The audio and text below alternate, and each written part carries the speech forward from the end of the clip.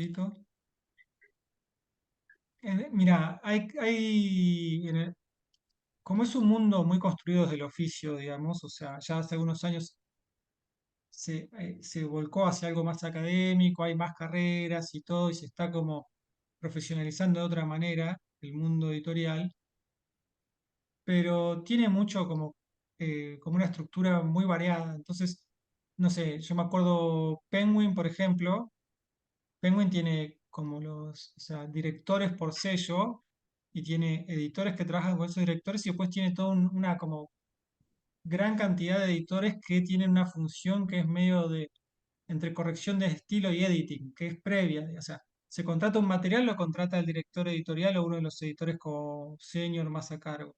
Después eso tiene todo un proceso interno, que tenés correctores internos y tenés editores internos que hacen como el trabajo más minucioso, pero en general esos no son los que tienen la conversación con los autores. O sea, esos hacen como un trabajo fino, medio invisible de alguna manera, y después cuestiones más grandes, o sea, por ahí marcarán los escollos que pueda haber, este ejemplo tonto que siempre digo, bueno, si es una novela de terror y te causa risa, no se lo van a corregir sin preguntarle al autor, pero no va a ser el corrector o el que haga por ahí el editing en el caso de Penguin el que le consulte. En la mayoría de los casos, el que hace el editing es el que está hablando con los autores y es el que tomó por ahí la iniciativa de contratarlo, que, viste, es como que está más en la cadena. Pero por eso digo, dentro de lo que es la industria, tenés como muchas variables. La de Penguin no es la estructura más común, digamos. Eh, pero por eso en general es un editor hace el editing y parte al menos del macro, digamos. Porque también pensá que las editoriales, esto que te digo, como no está tan profesionalizado todavía, por más que hay editoriales recontra profesionales, pero hay mucha gente dueños de editoriales que no vienen de la academia, no estudiaron como ustedes y vienen con un recorrido. O sea, hay gente que viene hace 200 años de editar y que nada, ven una familia de libros, todavía no está tan instalado todo, y juntó un capital, le interesó y empezó y aprendió en el andar y encontró sus fórmulas en el andar.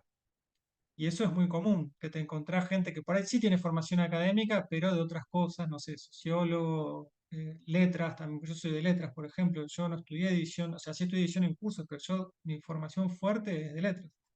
Y después me hice Perdón, en el trabajo. Sí, creo que está Paz esperando entrar, dice que... ay, gracias. De nada. Sí.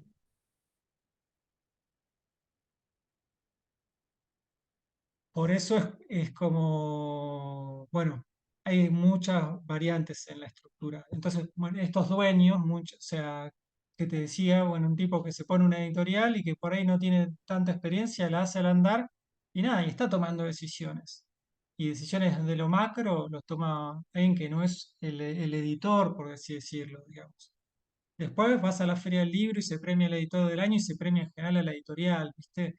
Entonces por ahí queda a veces invisibilizado el editor que por ahí tomó las decisiones más de fondo y más se lo lleva la editorial en general o el dueño de la editorial, pero no sé, pienso en el caso, por ejemplo, de Eterna Cadencia, la conocen, Eterna Cadencia, es una editorial muy linda, es una editorial que es de Paulo Brown, que es un tipo que es un gestor cultural, tiene mucha idea del ambiente y todo.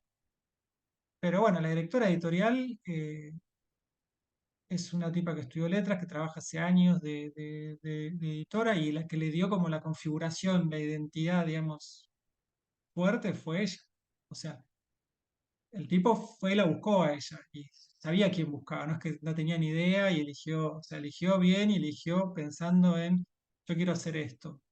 Eterna Cadencia, no sé si saben la historia, primero está la librería y él se puso la librería y le fue bien, y después dijo, ¿por qué no empiezo a editar mis propios libros? Y él arrancó, y después se dio cuenta que necesitaba una estructura mayor, es un tipo que viene de de una familia con dinero y tenía sus cuestiones y pudo empezar, pero igual empezó como así bastante de cero, y le dio forma, pero bueno, fue a buscar a Leonora Diament, que es una directora editorial muy buena, que le dio una impronta muy específica. Y entonces hoy por hoy yo no sé cuánto de lo micro hace Leonora, que es la directora, O sea, sí está en la contratación de quiénes son los autores nuevos y los títulos nuevos de mi catálogo en 2024. En eso está seguro. Después por ahí haga el editing de alguno de los libros, pero después tiene otros editores adentro de la casa, digamos, que van haciendo ese trabajo. Y Pablo Brown, que es el dueño, que es el gestor y que está muy encima de todo y que también se hizo una distribuidora después y un montón de otras cosas, no está encima de los textos. Sí, por ahí viaja a las ferias, está atento a oportunidades, dice, me interesa tal autor, pero ves que se va componiendo, digamos, estos criterios y esta identidad editorial un poco por cómo se van dando también las empresas, digamos. O sea, hay empresas más grandes tipo Penguin, no hay un dueño, una figura de un dueño que tenga sus caprichos, digámosle. O sea, es como, es nada, ¿qué funciona? Rolón funciona, bueno, listo. O sea, sacáselo atrás y lo sacás. O sea, y es un poco más empresa, si querés. Y no le quita mérito porque contratan muy buenos, no sé, muy buenos autores también, editan bien los de Penguin, pero sí es como que es otro paradigma distinto. Pero bueno, nos fuimos por otro lado completamente distinto y yo sigo hablando un montón y me gustaría...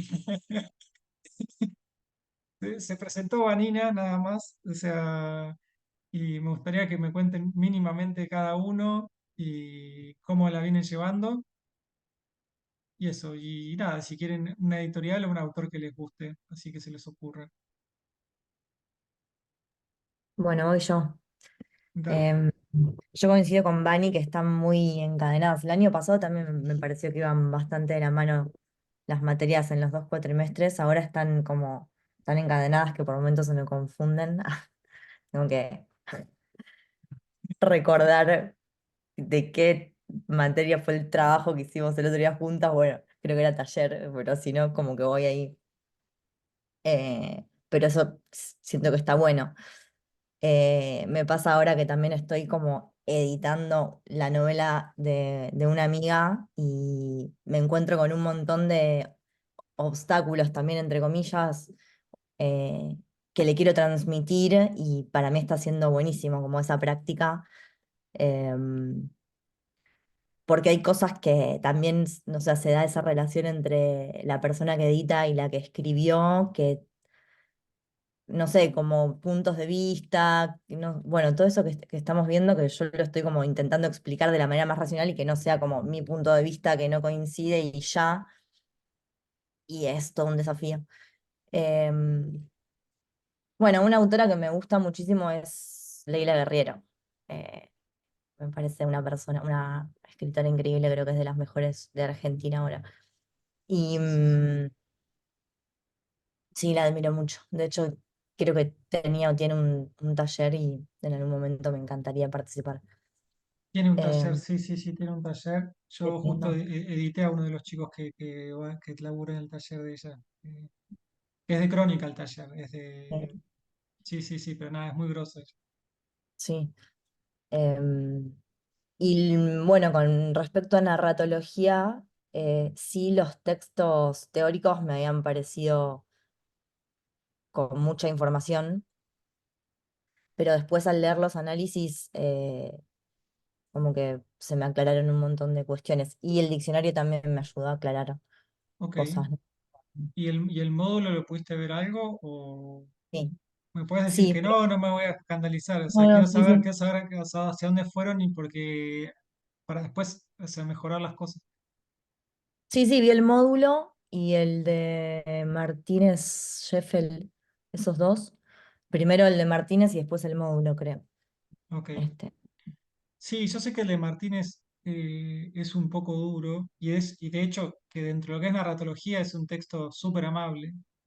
Eh, Viene una tradición, la narratología, como muy, de un momento que los estudios literarios tenían como una pretensión como de ser ciencia, digamos. Por más que no son ciencia, digamos, tenían como una pretensión de llegar a una instancia más como de validación, ¿no?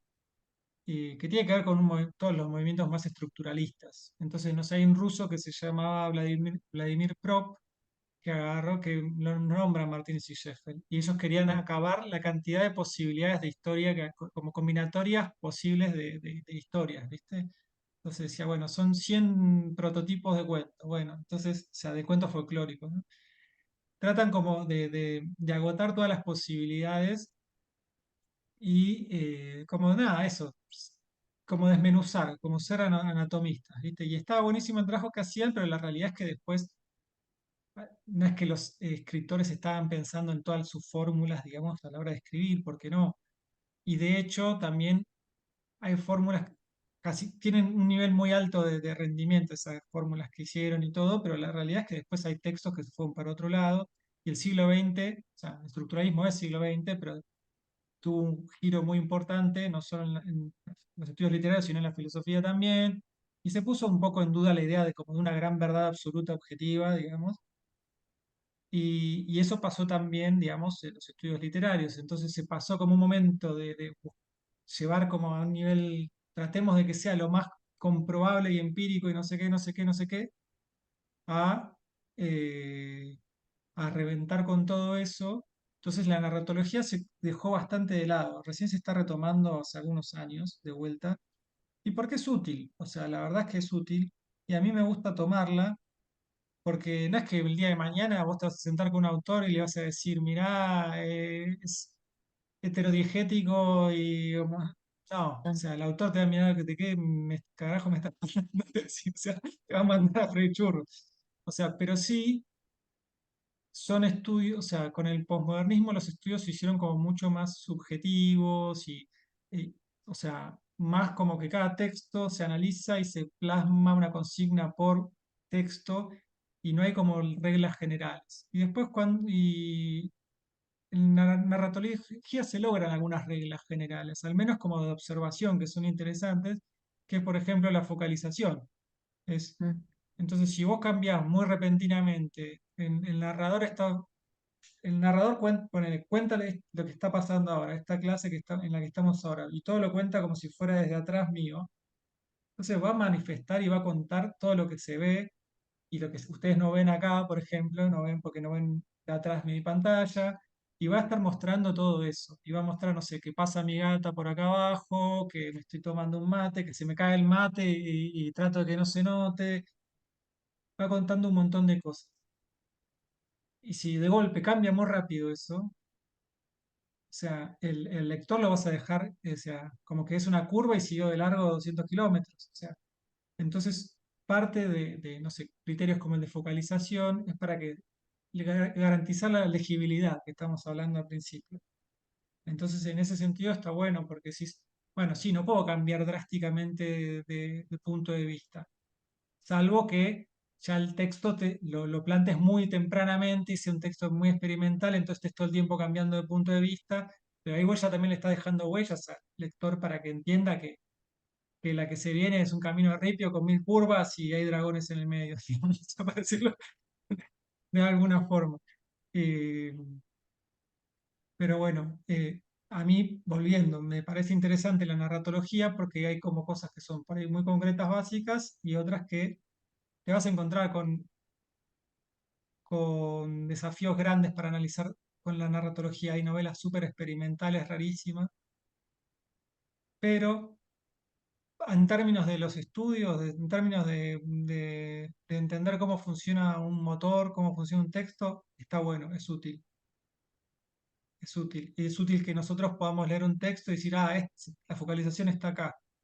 Si es un nene, y el nene le queda el escritorio acá. Y si querés generar algún tipo de discordancia, por Sí, ahí, discúlpame sí, una consulta. Yo coincido con Julieta de que a mí también me pasó que encontré muchos términos juntos, digamos, ¿no? Leyendo el material.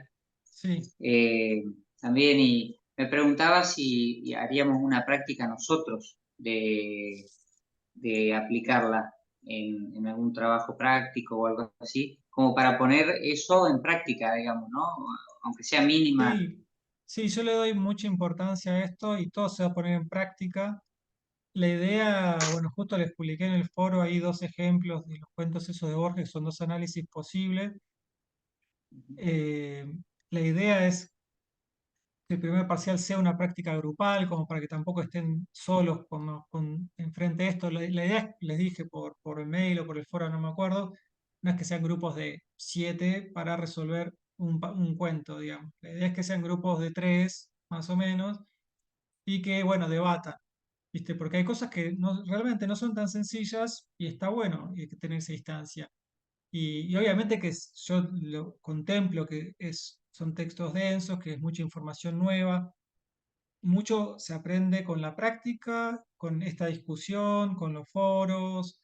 A mí lo que más me interesa que se lleven es como una mirada consciente de lo que pasa en la escritura, digamos, lo que está pasando en los textos, para que el día de mañana puedan operar como está Julieta editando con su amiga y diga, ah, mira, te argumento por qué sí o por qué no está justificada esta decisión, ¿viste?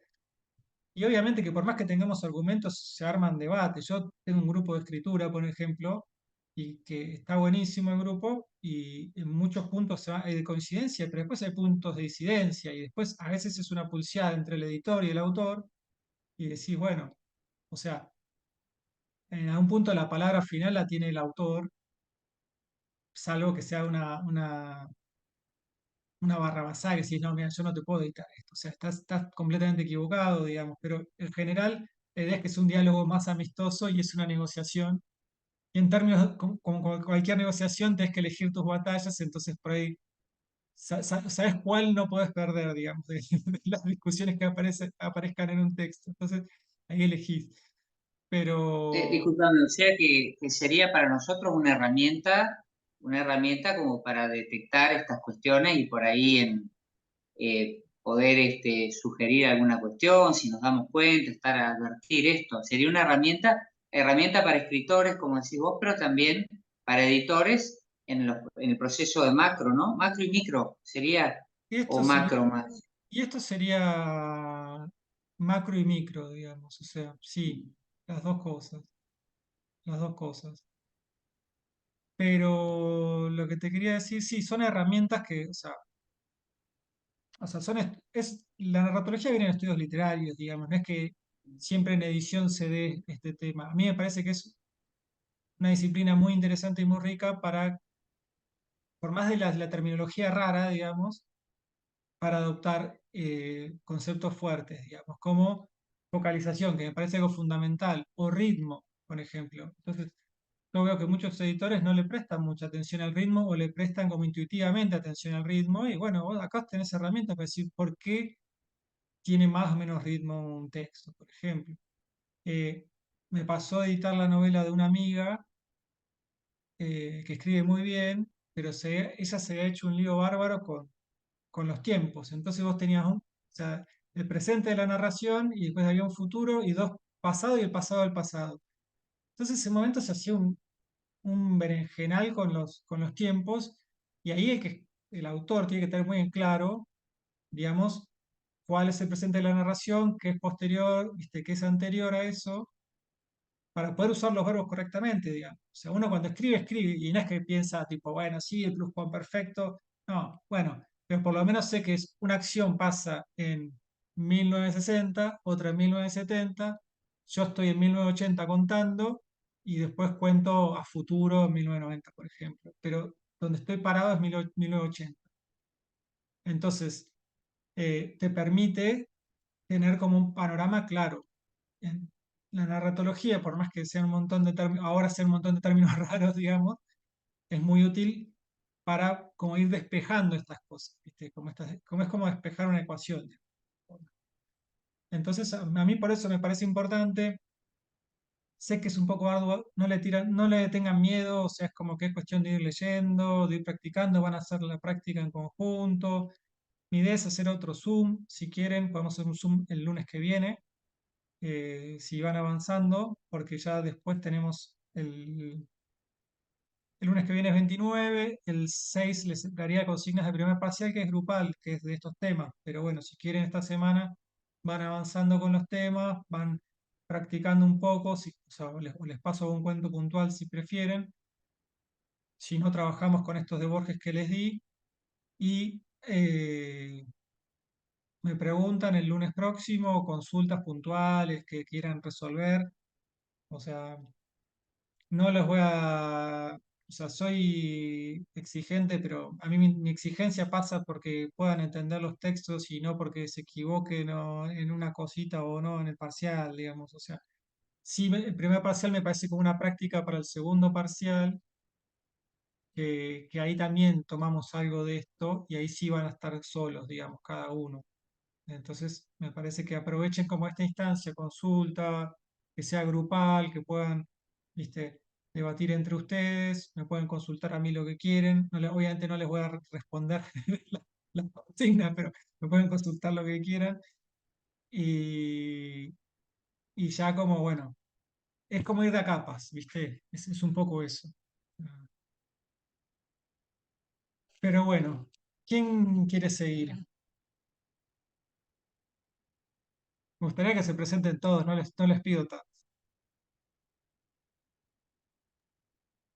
Bueno, eh, bueno, mi nombre es Candelaria y estoy con edición. Bueno, estoy con todas las materias y me siento bastante perdida con edición. O sea, como que voy bien, pero es como mucho contenido y me está costando como ponerme al día. Ok, Recién, por ejemplo, estaba leyendo los cuentos de Borges, pero todavía como que no pude leer los análisis y eso. Más porque siento como que todas las materias están dando muchísimo contenido este cuatrimestre y me costó mucho ok. como ordenarme, más porque son muchas entregas y todo. Pero lo que estuvimos viendo, vengo bien. La verdad que siempre se me hace confusión lo de corrector y editor. Siento que es como que tengo un problema para enganchar la diferencia. No, no Em, sos vos, no sos vos. Pues seguí contándome y y ahora te respondo a eso que está bueno. Y bueno, nada, yo leo mucho fantasía o así novelas para adolescentes básicamente, así que me gusta Destino, Cúspide, como las más conocidas, ponele. Y una autora que me gusta es Colin Hoover, Alice Kellen, me gustan como de ese estilo. Pero bueno, eso, acá andamos. No, miren, o sea, está buenísima la pregunta que trae Cande. Para mí es como, de hecho, las primeras unidades yo trato de diferenciarlo bastante y he hecho movimientos de texto porque también generaba confusión. Eh, para mí la diferencia grande es eh, que es en función de la historia, para decirlo de alguna forma, en función del contenido, si querés. O sea, por lo menos entremos por ahí. O sea, el corrector de estilo puede darse cuenta si hay algo en la historia que no esté funcionando, pero no es que va a hacer cambios drásticos sobre eso. El corrector de estilo va a corregir la ortografía, o sea, si hay errores ortotipográficos, si hay errores sintácticos, si hay errores de morfología de las palabras, si hay errores, no sé, en caso que sea un libro que los nombres son importantes, por ejemplo, que puede, no sé, un libro que tenga que ver con geografía o cosas de ciudades. Bueno, el corrector tiene que estar un poco atrás de todo eso. Pero está muy atado a lo que se llama la normativa, digamos. Es como que al corrector, por más que se le dan hoja de estilo de cada editorial, que hay decisiones que no solo pasan por la Real Academia Española, pero la fuente grande es la Real Academia Española, la ortografía de la Real Academia Española, manuales de correcciones de estilo. Ahora, cuando uno hace el editing, hay distintas instancias de editing, digamos, pero uno trabaja, por eso cuando Francisco me preguntaba esto, bueno, a veces uno hace un poco y un poco, digamos, pero yo a la hora de editar trabajo el texto en su totalidad, digamos, por decirlo de alguna manera. Entonces trabajo la historia, o sea, por ahí hay novelas que vienen prolijísimas y decís esto, le tengo que tocar tres cosas y nada más, y viste. Pero después hay otros casos que, bueno, si la novela de terror y me da risa, bueno, eso es un problema. Y eso es algo que el corrector nunca va a contemplar, digamos. O sea, el corrector puede darse cuenta o puede decir esta novela es una porquería, pero o sea, no se va a meter en ese terreno, que es un terreno que tiene que ver, a él le dan un material que tiene que responder a la normativa. Entonces, tiene que haber concordancia, no sé, género y número, tiene que haber, o sea, están los verbos bien conjugados, ¿viste? O sea, el corrector de estilo trabaja eso. A veces se confunden como términos porque cuando te hablan del estilo de escritura y te hablan de corrector de estilo, es como que es algo bastante parecido, digamos, porque en realidad el corrector sería el corrector, para decirlo, gramatical, digamos. Y después el que se encarga, digamos, de trabajar el estilo del autor, el tono, la historia, qué sé yo, es el editor, digamos. Sí hay puntos que se tocan, digamos, en el sentido que, qué sé yo cuando empiezo a trabajar un texto veo errores y yo los corrijo.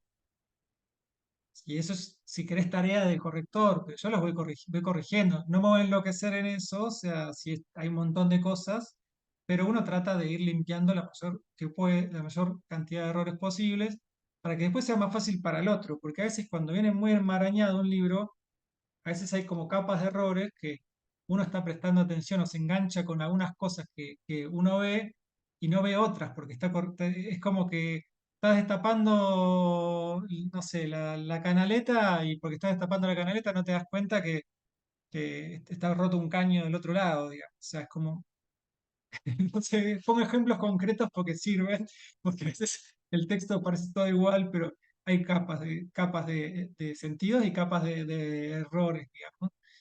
Entonces uno trata de limpiar lo más posible. Pero el corrector es el que se encarga de la normativa, se encarga de que esté en función de la Real Academia, que esté correcto lo que se dice, que esté bien, no sé, la acentuación, o sea, ese tipo de cosas. Eso es el corrector de estilo. Después, el editor contempla, no sé, en el caso de que sea una ficción, contempla la historia, debate, marca cosas si funcionan o no funcionan a llegar al manuscrito final, digamos. Y después parte, sí, del microediting, en el caso, no sé, estamos hablando de manuales, tiene que ver con si dice que la Revolución Libertadora derrocó a Perón en el 56, por ejemplo. Y eso, ¿quién lo corrige? ¿O quién se da cuenta si está bien o mal? Entonces, bueno, no sé.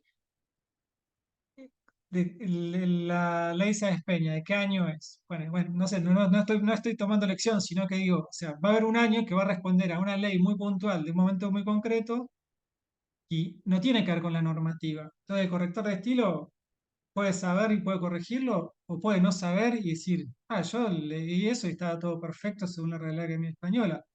Ahora, para un historiador es ciencia ficción que le digan que en el 2024 fue la ley Sáenz Peña, por ejemplo. Y puede pasar por un error ortotipográfico, que no, o sea, de repente me explico como que hay cuestiones que están como son medio limítrofes, incluso se pisan. Es muy común que, bueno, por ahí en el 2000, en los 2000 no tanto, pero a mí me pasa con muchos materiales del siglo XIX que son 1008, no sé, 24, 1008, no sé, Batalla de Caseros, 1852. Y muchas veces está la tendencia a poner 1952. Entonces, el corrector de estilo no tiene por qué saber de historia. Puede saber, puede estar atento a esas cosas. Si es un buen corrector, va a estar atento a esas cosas y va a haber varias redes de contención, pero el que tiene que saber esas cosas es el que hace el editor, digamos, y es el que hace el microediting. O sea, que en el caso de una ficción puede estar el trabajo de la escena de terror de miedo y la escena de comedia de risa en lo más de contenido, pero después en lo más chiquitito puede ser, bueno, que digas que en 1852 fue la batalla de Cassette, o sea, y no 100 años después, digamos. O sea, eh, eso es como trato de ser lo más concreto posible, digamos. O sea, no sé si aclaré o oscurecí, pero si no vamos viendo. Discúlpame, entonces el editor, en ese caso, si hay un error histórico, por ejemplo, ¿y él qué tiene? ¿Tiene una asesoría ahí? ¿Se asesora por alguien? ¿O hay editores especializados en historia? Porque por ahí a lo mejor no va a saber de todo, de todas las cosas, digamos. No, no, obviamente que uno se va especializando o viene, no sé, yo edito mucha ficción, por ejemplo, pero porque vengo de letras y para mí es muy fácil y me hablas de Thomas Mann, me hablas de Goethe, me hablas de Celo Almada y los leía todos. Ahora, me mandás a editar un libro de medicina y no tengo la más remota idea. O sea, pensá el trabajo de microedición y para el corrector de estilo también de un libro de medicina. O sea, todos esos nombres tenés que tener una experiencia científica. Por eso en muchos casos edición es una segunda carrera, digamos, porque por ahí es como, bueno, yo estudio medicina y después me estudio edición y edito libros, me armo una editorial de medicina. Y necesitas cierta especialización. No es que tengas que estudiar medicina para hacer libros técnicos de medicina, pero sí por ahí decir, bueno, soy editor, tengo cierto interés por las ciencias duras o tengo cierto interés por la bioquímica, y bueno, de golpe vas yendo y vas rumbeando para ahí, te vas especializando, y entonces sí, te orientas hacia ese lado. Entonces, en el caso de historia, eh, pasa más o menos lo mismo, digamos. A mí me ha tocado editar manuales, qué sé yo, de historia para chicos, no sé, primaria, o sea, segundo ciclo de primaria, no sé, de 11 12 años, y el material no es hiper profundo, pero sí te hace un montón de datos históricos, y en el caso ese te contratan como contribuidor, que sería como escritor y como parte coordinador de la edición, si querés. Ahí el editor es otro, pero vos escribís y coordinás todo el proceso. Y, y nada, mi vieja es una fanática de la historia. Le pedí un manual de matemáticas y me da tres de historias. O sea, y aprendí un montón de historia por mi casa y después por estudiar. Y, y después también porque eran contenidos que, nada, o sea, si no los sabés, los vas aprendiendo, digamos. Después, ahora, una cosa es editar un manual para chicos de 12 años y otra cosa es, nada, editar a Rita Segato o editar a, no sé, a Chomsky, digamos, o sea, por poner ejemplo. Por eso uno se va especializando hacia donde más le interese, también, qué sé yo, también se van abriendo puertas. No sé, yo me metí mucho en literatura infantil y juvenil, por ejemplo, eh, pero porque como me apareció una oportunidad y yo entré a una editorial que trabajaba mucho cosas más esotéricas. Y a mí no me interesaba tanto lo esotérico y armaron toda una línea que era literaria pero de infantiles. Y nada, y uno fue niño alguna vez y, y entonces te vas conectando con esa experiencia, ¿viste? Y en la carrera de letras no veas nada de infantil, ¿eh? Pero nada, nada, nada, nada, nada. En la UBA, nada.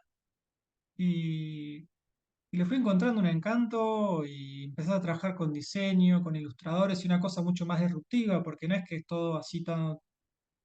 Es mucho más rígida la ficción para adultos, ¿viste? Tiene otro encanto, digamos, pero... eh, y me fui especializando bastante, ponerle en cosas de infantiles y tengo como un buen recorrido hecho en ese lado y fue por una oportunidad y por un interés. Y después te vas formando, después te vas formando. Pero hay mucho para mí hay mucho en esta profesión que se hace en, en el trabajo, en el andar también. O sea, en el andar y a medida del andar, bueno, vas acompañando y vas estudiando, ¿viste? Queda un minuto. Corto y vuelvo. Eh, Hacemos hasta las 9, ¿pueden ustedes? Perfecto. Deme un minuto que corto, ahora tarda un poquito en bajarse la clase grabada y podemos entrar a esta misma, me imagino. Ahora nos vemos.